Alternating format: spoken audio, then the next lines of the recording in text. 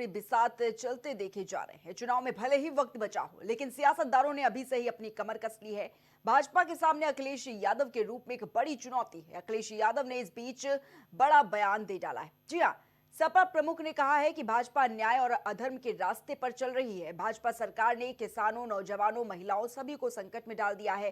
प्रदेश में विधानसभा चुनाव की घोषणा होते ही बुलडोजर का पता नहीं चलेगा। यूपी की जनता साल 2027 में भाजपा को डिटेंशन सेंटर में भेज देगी। कांग्रेस ने आरोप लगाया कि 1100 करोड़ देश का मोदी जी ने रोज कर दिया, जो चुन के डर से चावल तोड़ जो ईरान से हट गए। इस सरकार को हटाओ। हमारा और सबका लक्ष्य होना चाहिए कि भारतीय जनता पार्टी है।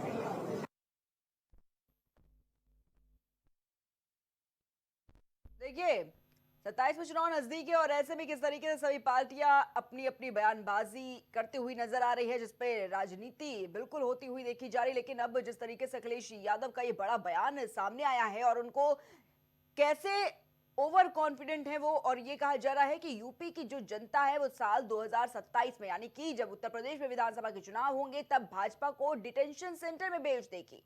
तो तमाम तरह के आरोप प्रत्यारोप का सिलसिला देखा जा रहा है। 2027 में यूपी में होने वाले विधानसभा चुनाव में बस कुछ ही समय बचे हुए हैं। लेकिन देखिए किस तरीके से अखिलेश यादव का ये वार, और साफ तौर पर कहा जा रहा है कि डिटेंशन सेंटर में 27 में सरकार पहुंच जाएगी।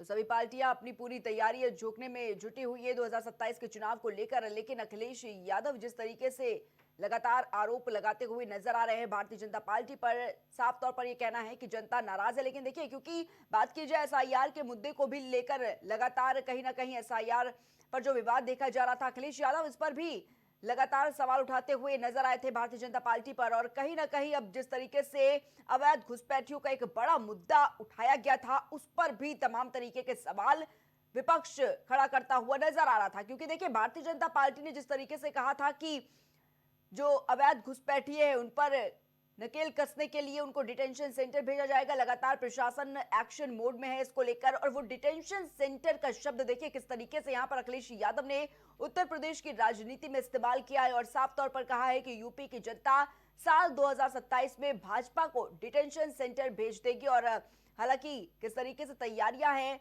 वो बिल्कुल देखी जा रही है, क्योंकि भारतीय जनता पार्टी एक तरफ अपनी तैयारियों का प्रदर्शन कर रही है, तो दूसरी तरफ विपक्षी दल तमाम तरह के आरोप प्रत्यारोप लगाते हुए नजर आ रहे हैं।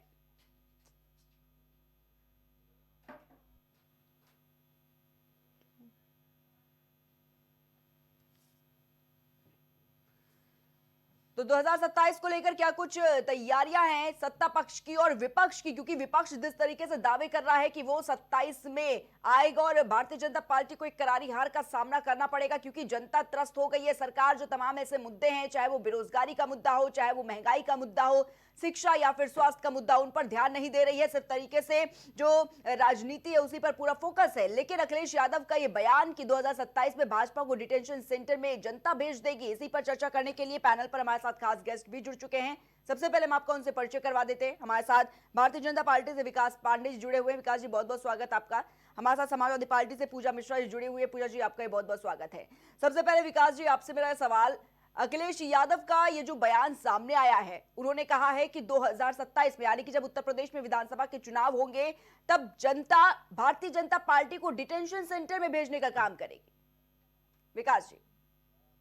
धन्यवाद प्रिया जी। पहले तो आपका प्रिया जी, जिस तरीके से समाजवादी पार्टी के मुखिया अखिलेश यादव जी लगातार टिप्पणी कर रहे हैं, और लगातार आप देखिए कल उनका एक बयान आया था और जिसमें उन्होंने स्वयं ये स्वीकार किया था प्रिया जी कि भारतीय जनता पार्टी बड़े प्रोफेशनल तरीके से और डेटा को एनालाइज करते हुए चुनाव लड़ती है।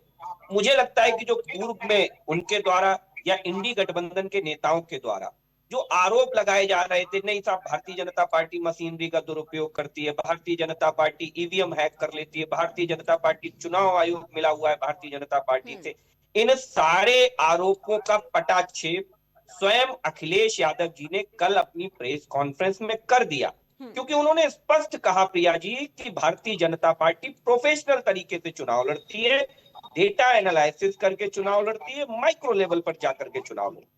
तो ये मैं और हम तो डे वन से यही कह रहे थे कि अखिलेश यादव जी के ऊपर वो कहावत टूट बैठती है कि गालिब उम्र भर वो ये भूल करता रहा, धूल चेहरे पर जमी थी और वो आईना साफ करता रहा। तो हम हमेशा से कह रहे थे कि अखिलेश यादव जी को आत्ममंथन करना चाहिए कि आखिर क्यों लगातार 2012 से उनके पिताजी के कंधों पर सवार होकर उन्होंने 2012 की सत्ता प्राप्त की थी, और उसके बाद आधा दर्जन से ज्यादा चुनाव हो चुके हैं और उत्तर प्रदेश की सत्ता छोड़िए, केंद्र की सत्ता छोड़िए, यहां तक कि पंचायत की सत्ता भी उन्हें नसीब नहीं होती हुई दिख रही। तो ये जो अखिलेश यादव जी का दर्द है, कल जैसे ही महाराष्ट्र के अंदर बीएमसी समेत म्युनिसिपल चुनाव के नतीजे आए और उसके बाद अखिलेश यादव जी के अंदर जो छटपटाहट थी वो डिटेंशन सेंटर के नाम के रूप में सामने आई। अखिलेश यादव जी भारतीय जनता पार्टी को डिटेंशन सेंटर में भेजने की हिम्मत और हैसियत आपकी है नहीं। जनता ने आपको 17 से लेकर के लगातार डिटेंशन सेंटर में रखा हुआ है। क्यों रखा है उसका भी कारण है प्रिया जी। उसका व्यवहारिक कारण यह है कि जब शामली मुजफ्फरनगर में दंगे हुए तो हजारों लाखों दलित परिवार के हमारे सदस्य राहत शिविरों में रात गुजारने पर विवश हो गए और अखिलेश यादव जी मौन हो गए। क्यों? क्योंकि उन्हें राहत शिविरों में रात गुजारने के लिए विवश करने वाला जो वोट बैंक था वो अखिलेश यादव का कोर वोटर माना जाता है, वो एमआई वोटर माना जाता है।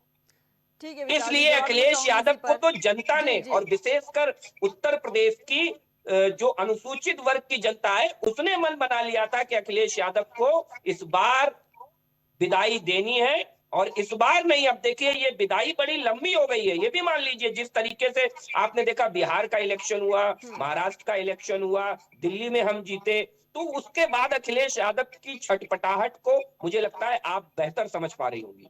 जी पूजा जी, क्या कुछ जवाब देंगे इसमें? क्योंकि डिटेंशन सेंटर तो सरकार कह रही थी कि अवैध घुसपैठियों के लिए बनाया गया है, जहां पर अवैध घुसपैठियों को रखेंगे उसके बाद उनको भेजने का काम करेंगे उनके देश। लेकिन उसी डिटेंशन सेंटर में अब ये कहा जा रहा है अखिलेश यादव की ओर से कि भारतीय जनता पार्टी को जनता डिटेंशन सेंटर में भेज देगी।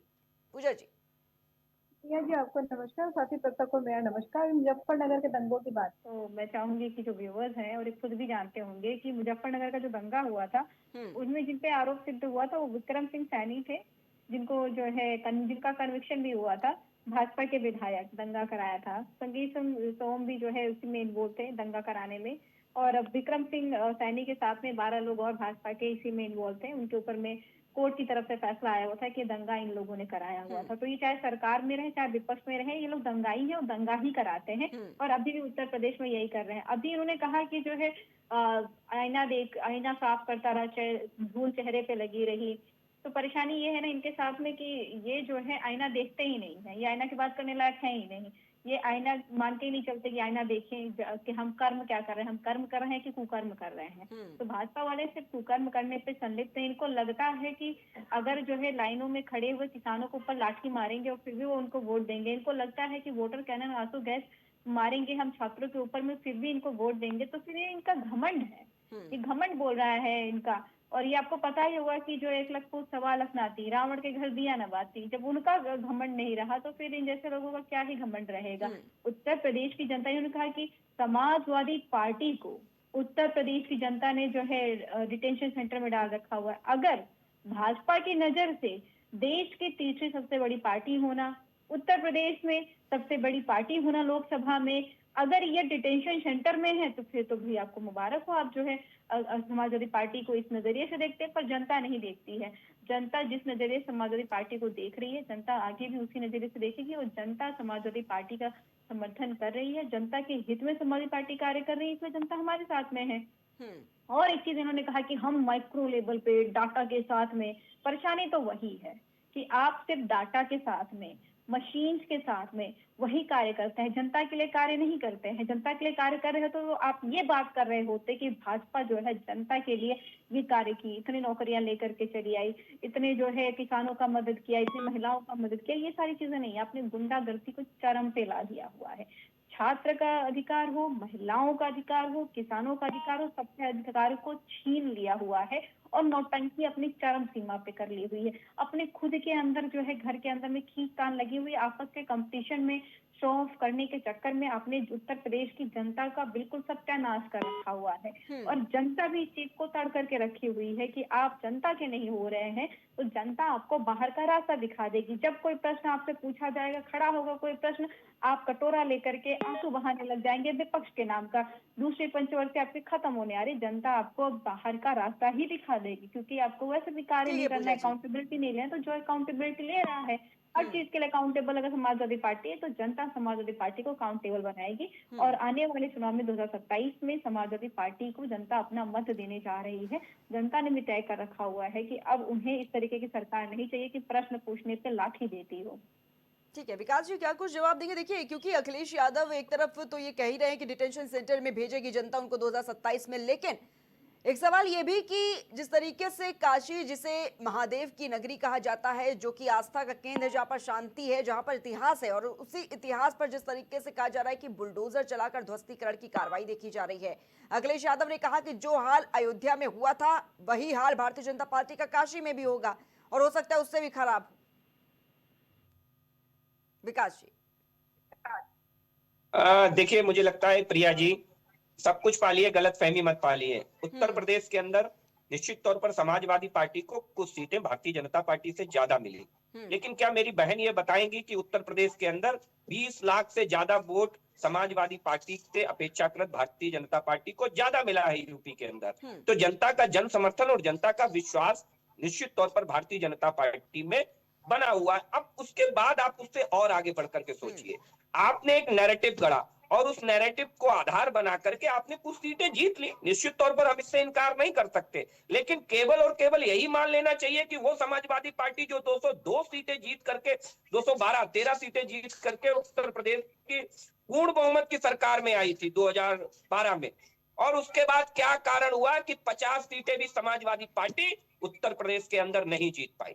तो ये यक्ष प्रश्न है समाजवादी पार्टी के मुखिया अखिलेश यादव के सामने, लेकिन इन सारे प्रश्नों पर अखिलेश यादव को जवाब ना देना पड़े और उन पर चिंतन और मनन ना करना पड़े, इसलिए वो इधर उधर की बातें करते हैं। देखिए, बार बार अयोध्या का जिक्र आता है, और जब अयोध्या का जिक्र आता है तो अयोध्या लोकसभा से तक सीमित मत रखिए, क्योंकि लोकसभा तो पहले फैजाबाद थी।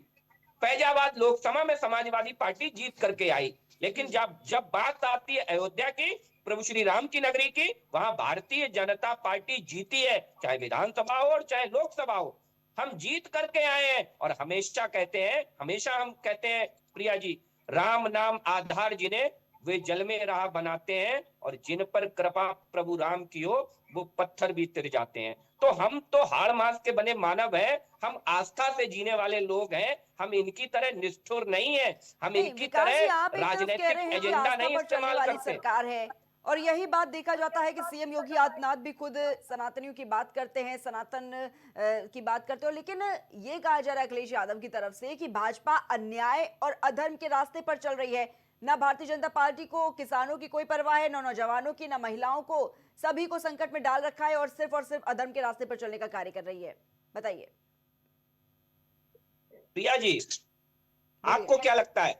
मैं चुनौती के साथ कहता हूं, एक दिन डिबेट रख लीजिए और जिस समाजवादी पार्टी के प्रवक्ता को आप बैठालना चाहें उसे बुला लीजिए। चलिए, एक दिन डिबेट हो जाती है 12 से, और केवल मैं 12 से 17 तक का जिक्र करूं, 12 से 17 तक का वो अपना ले आए और हम अपना बता देते हैं। एक बार आ जाइए तो ये बताइए आकर के 1 लाख करोड़ 76,000 करोड़ रुपया किसानों का बकाया छोड़ करके गए थे जब आदरणीय योगी आदित्यनाथ जी ने उत्तर प्रदेश की सत्ता संभाली थी।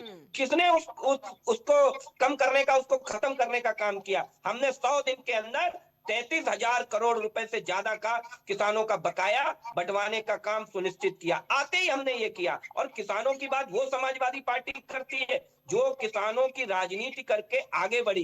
गरीब के घर में पैदा हुए लोग राजनीति, किसानों के नाम पर राजनीति करते करते मर्सिडीज में चलने लगे, महलों जैसे घरों में रहने लगे, लेकिन किसानों का कितना भला किया ये किसी से छुपा नहीं है प्रिया जी।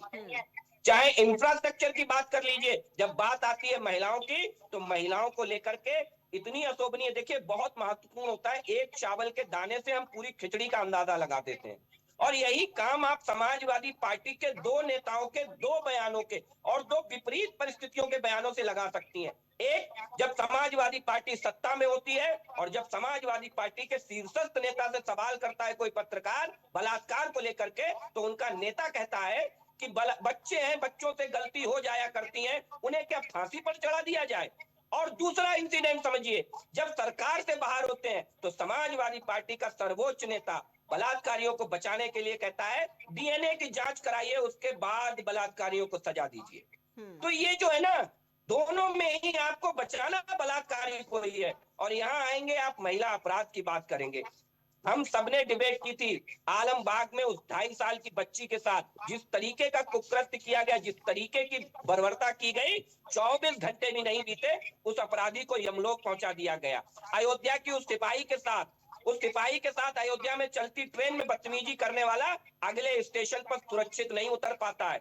ये है उत्तर प्रदेश, योगी जी के नेतृत्व में बदलता उत्तर प्रदेश। समाजवादी पार्टी क्या करती थी सबको मालूम है, दंगा, कब्जा और माफियावाद, इनसे चलने वाली सरकार चलाई है समाजवादी पार्टी ने। शायद इसीलिए जनता ने इनके वनवास का काल जो है वो अनिश्चित काल लगा दिया है, कहते नहीं अनिश्चित काल तक। तो समाजवादी पार्टी का वनवास का काल अनिश्चित काल तक जनता ने डिक्लेयर कर दिया है। ठीक है पूजा जी, क्या कुछ जवाब देंगे अब इस पर? देखिए, कोई चलने पे उतारू हो जाए तो क्या कहा जाएगा। मैं वही देख रही थी कि गन्ना किसानों का जो है कितना भुगतान बचाया, बहराइच में 103 करोड़ रुपए बकाया है। और अभी आप उठा करके देखते चले जाएंगे। मैं इससे पहले एक जो है चैनल था, उसने काफी डॉक्यूमेंट्री किया हुआ, भाजपा वाले देखते नहीं है कि अब वर्तमान के समय में किसानों का कितना जो है, गन्ना किसानों का और आलू के किसानों का कितना बकाया बचा हुआ है। तो किसानों का अभी कर्ज बहुत बचा हुआ है। और उसके बाद में अभी इन्होंने जो है किसका एक चावल से ये देख लेते हैं। इनसे पूछेगा कि जो है कुलदीप सिंह सेंगर को माला पहना करके स्वागत कौन कह रहा था। जो है जो यहाँ पे सौरभ, इनके विधायक सौरभ श्रीवास्तव, डीएचओ की छात्रा के साथ जिन्होंने दुष्कर्म किया हुआ था, उनको माला पहना के स्वागत कौन करा था। उनकी जो दुष्कर्म थे उनका ड्यूटी लगाया गया था मध्य प्रदेश में जाकर के प्रचार करो भाजपा का, ताकि आप प्रोटेक्टेड रहो। तो इस तरीके के कृत्य भाजपा करे। और हाथ कंगन को आरती क्या, आप उठा करके 1 हफ्ते पहले की सारी डिटेल देख लीजिए, आपको पता चल जाएगा। कानपुर में 14 साल की बच्चे को किडनैप कर लिया गया। मेरठ में जो है बच्चे को माँ की हत्या करके उठा लेकर के चले गए। ये तो दिन दहाड़े चल रहा है इनके यहाँ पे। 1 हफ्ते के भीतर में आपको 4 घटनाएं ऐसे मिल जाएंगी जहाँ पे गुंडे बिना बेखौफ होकर के बच्चियों को उठा ले जा रहे हैं। और सरकार मूक दर्शक बनी हुई है नौकरियों के नाम पे। बोला कि एक दिन डिबेट कर लिया जाए। अरे एक दिन कर लीजिए ना डिबेट। अगर Guinness book of world record में ये इसलिए आपको दिया जा रहा होता है अवार्ड की पेपर लीक किसने कितना कराया, तो भाजपा सरकार उत्तर प्रदेश की वो अवार्ड को लेकर के आ गई होती है। गिनीज वर्ल्ड बुक रिकॉर्ड बना लिया है इन्होंने पेपर लीक कराने में और एग्जाम रद्द कराने में। एक एग्जाम क्लियर तरीके से नहीं कर पाए। और माननीय मुख्यमंत्री जी का तो क्या ही कहना, इन्होंने कहा ना तो धर्म कर रहे हैं ये, ना ही कर्म कर रहे हैं। काशी में आप देख ही रहे हैं कि क्या हालात चल रहे हैं। माता अहिल्याबाई होलकर जी की मूर्ति को क्षतिग्रस्त कर दिया गया हुआ है। उसके बाद में इनके मंत्री नौटंकी कर रहे हैं कि नहीं, वो जो बुलडोजर चला रहा था इनको बलि का बकरा मिल गया। बुलडोजर चलाने वाले की गलती है। सौंदर्यीकरण के नाम पर हो रहा है ना पूजा जी। देखिए ये कहा जा रहा है कि तो सौंदर्यीकरण के नाम पर हो रहा है, तो विकास के नाम पर हो रहा है।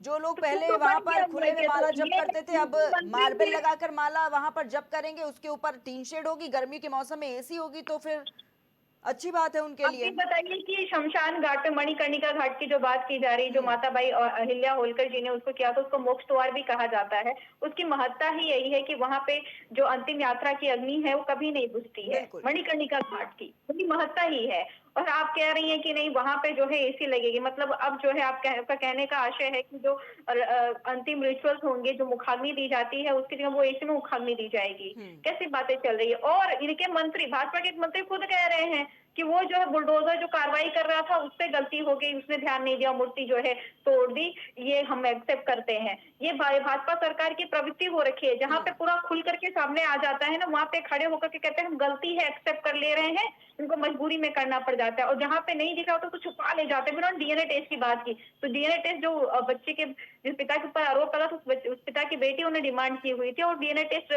कराया भी गया था, जिसका परिणाम भी नेगेटिव आया था। ये नहीं बता रहे हैं। ये दर्शाता है, आप उत्तर प्रदेश की महिलाओं को ये तो एनसीआरबी की रिपोर्ट भी बता रही है, महिला आयोग की रिपोर्ट भी बताती है कि आपने कोई सुरक्षा नहीं दे रखी हुई है। उनके साथ में रोज जाती होती है। 55% जो महिलाओं के साथ घटना घटित हो रही है उत्तर प्रदेश में हो रही है। एनसीआरबी के आंकड़े बता रहे हैं चीख चीख करके। आपने न छात्रों के लिए काम किया, न महिलाओं के लिए काम किया हुआ है। लेकिन पूजा और जी, अगर कार्रवाई आपकी भी तो हो घमंड रही नहीं है ना, है कि भारतीय आपने जनता बहुत पार्टी तो तो ये रखा भी हुआ, कह तो रही है। रहिए, आपको पूजा जी, मुबारक। अगर अपराध हो रहे हैं तो कार्रवाई भी तो हो रही है। कहाँ कार्रवाई हो रही है? पुलिस अभी तो एक दरोगा को ढूंढा जा रहा था, दरोगा और पत्रकार को, कि महिला गई तो महिला को जो है दरोगा पत्रकार ही जो है उसके साथ में जाति कर देते, उसका रेप कर देते हैं। यहाँ तो आप हॉस्पिटल में ठीक जाएंगे, है पूजा जी, भर्ती विकास होने जी के क्या लिए कुछ तो जवाब आपके देंगे साथ इस में रेप पर? हो जाएगा। आप जाएंगे पुलिस स्टेशन में एफआईआर कार्रवाई दर्ज अगर हो करवाएंगे, रही है तो कार्रवाई दिख क्यों नहीं रही है? बोलिए विकास जी? जी। विकास जी,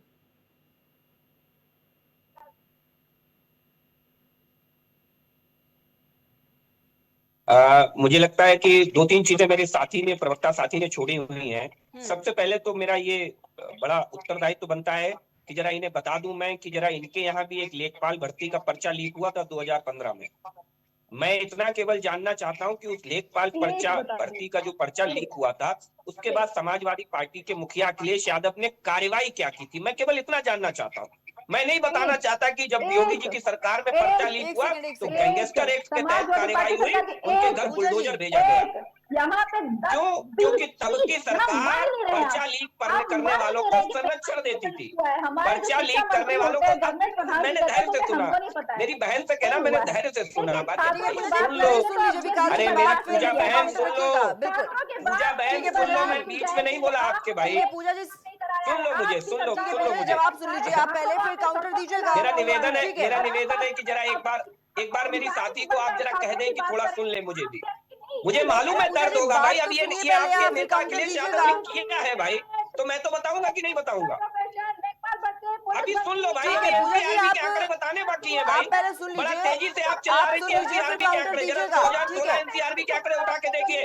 उत्तर प्रदेश के अंदर जितनी वारदातें हुई, 73% से ज्यादा वारदातें समाजवादी पार्टी के सांसद विधायकों के कार्य क्षेत्र में हुई, उनके संसदीय और विधानसभा क्षेत्रों में हुई, उनके मंत्रियों के क्षेत्र में हुई। तो क्या समाजवादी पार्टी के मंत्री विधायक अपराध करा रहे थे?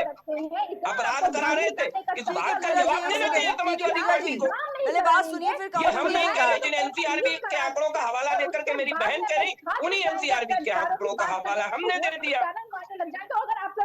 जरा बता दें कि 2016 के ये आंकड़े सही हैं या गलत हैं, जरा बताएं। भर्ती क्लियर नहीं हुई तो आप कटोरा लेकर के चिल्लाने से कुछ नहीं होगा। आपकी स्थिति देश की जनता और प्रदेश की जनता बहुत अच्छे से जानती है। हमारे नेता केशव प्रसाद मौर्य कहा करते हैं कि जिस गाड़ी में लगा है समाजवादी पार्टी का झंडा, उसमें बैठा है गुंडा। इस कहावत को चरितार्थ जानते हैं कब किया? जब ठीक है इसी पूजा जी, उत्तर लेकिन आप प्रदेश के सुनिए तो अंदर पहले, एक माफिया इस को तरीके पुलिस से कैसे ढूंढ रही चर्चा थी होगी? और तत्कालिक समाजवादी पार्टी के सबसे बड़े नेता उसे अपने साथ हेलीकॉप्टर में बैठा करके निकल जाते हैं। इस उत्तर प्रदेश के अंदर एक माफिया खुली जीप में AK-47 लेकर के घूमता है। जब पुलिस वाला उस पर कार्रवाई करता है तो उत्तर प्रदेश के ठीक है पूजा जी, तत्कालीन ठीक है समाजवादी विकास पार्टी जी, के मुख्यमंत्री उसे इतना विकास जी, ठीक है प्रताड़ित करते हैं कि ठीक उसे है पूजा जी, इस्तीफा ठीक देने है, तक को ठीक है, मिल मजबूर गया होना जवाब। पड़ता है। ठीक है विकास तो जी, ये देखिए समाजवादी 2027 पार्टी के आज चुनाव यहाँ को लेकर पूरी तरीके से जो लिस्ट तैयार की गई है, कुछ ऐसे बड़े मुद्दे हैं जिन पर लगातार विपक्ष हमलावर है, चाहे वो SIR का मुद्दा हो, अवैध घुसपैठियों का मुद्दा हो। ये ऐसे मुद्दे हैं जिनको लेकर लगातार कहा जा रहा है कि कैसे गड़बड़ी की जा रही है, कैसे वोट चोरी की गई SIR के जरिए, और अवैध घुसपैठियों का मुद्दा भी आपने देख ही लिया है किस तरीके से जोर शोर के साथ उठता हुआ नजर आया है विकास जी, क्योंकि कहा जा रहा है कि 27 के चुनाव में जनता इन्हीं मुद्दों पर खेला करेगी। विकास जी,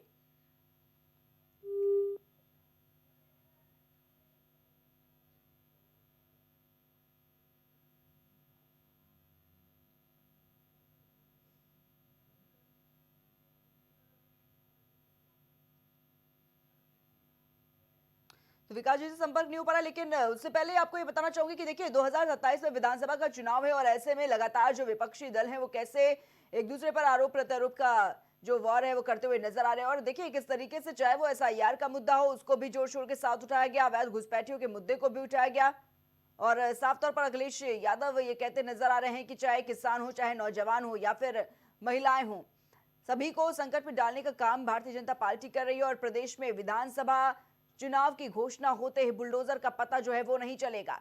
यूपी की जनता साल 2027 में भाजपा को डिटेंशन सेंटर में भेज देगी।